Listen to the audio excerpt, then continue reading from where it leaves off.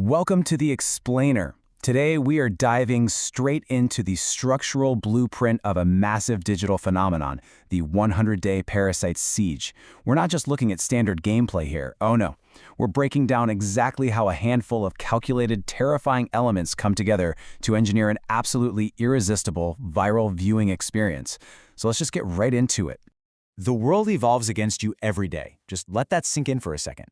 That is the exact hook from our source text. Notice what's missing? Yeah, there's no warm welcome, no friendly tutorial. Boom. It just drops us straight into a cinematic, high-stakes arms race with the environment from second one. It is literally a masterclass in ruthless hook writing. Okay, let's dive into this. The title itself, I Survived 100 Days Against the Parasite Infection, gives us our first structural pillar. That 100-day limit, if you've spent any time on YouTube, you know this format. It sets an immediate baseline for endurance. It basically tells the viewer right out of the gate, hey, this is a grueling, marathon-level test. It totally transforms a limitless sandbox game into this high-pressure ticking clock. But what are we actually up against here? Well, the source highlights a parasite infection. And this completely flips the script on what we expect from this familiar game world. A parasite is insidious, right? It doesn't just sit there waiting for you, it spreads. It actively consumes and corrupts the very ground you're walking on. And this brilliantly illustrates the stark contrast we're dealing with. Think about your standard survival game. You punch a tree, you build a nice little dirt hut, and you're safe. You know the rules.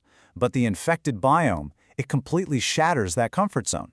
Your safe zones are systematically stripped away, and all that cozy base building is just replaced by total mechanical decay. To really understand how this hooks an audience before they even click, we gotta look at the anatomy of the thumbnail. It gives us two very specific visual triggers. First, a mutated monster close-up. That gives us immediate, visceral danger. Second, a sweeping infected biome, which promises a systemic, inescapable threat. It's basically a visual guarantee that nowhere is safe. And let's be honest, that is exactly the kind of primal bait that gets us clicking during a 3 a.m. rabbit hole, right? Because this threat is biological, it adapts. And honestly, this is where the genius lies. The environment is actively being weaponized against you. You build a wall? Well, the mutation learns to climb it.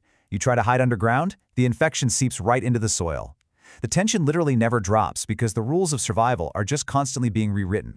So if we map that evolving threat onto our 100-day timeline, you get a masterclass in escalating danger. Day 1 starts off small, localized, manageable. But fast forward to day 50, the biome itself is lost. By day 100, it is just peak mutated horror. It's this grueling descent where every single dawn is objectively worse than the day before. Now, what's really interesting about this concept is the specific mechanic at play, escalating danger. It's a threat environment that continuously multiplies in complexity and severity over time.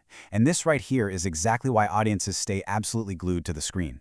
Evolution has hardwired us to monitor evolving threats. If a danger is static, we eventually just tune it out.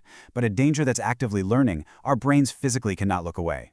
When you pull back and look at the viral angle from our source material, this brilliantly simple 3-step formula emerges. Step 1, establish that 100-day baseline to give us a tangible framework. Step 2, introduce the parasite to corrupt all those familiar rules. And Step 3, relentlessly inject horror and escalating danger. Guys, this isn't just gameplay anymore. It's a highly engineered retention machine. It all locks together perfectly. The 100 Days title, that brings curiosity and endurance. The thumbnail injects pure visual dread. That opening hook promises an active threat.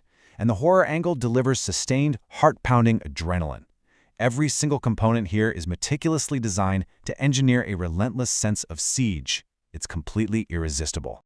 Which leaves us with one final reality to consider.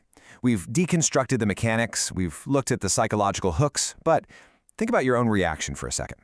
Why are we so deeply captivated by watching a world evolve against us? What is it about survival horror and impossible digital odds that keeps us coming back, day after grueling day? Think on that, and I'll catch you in the next explainer.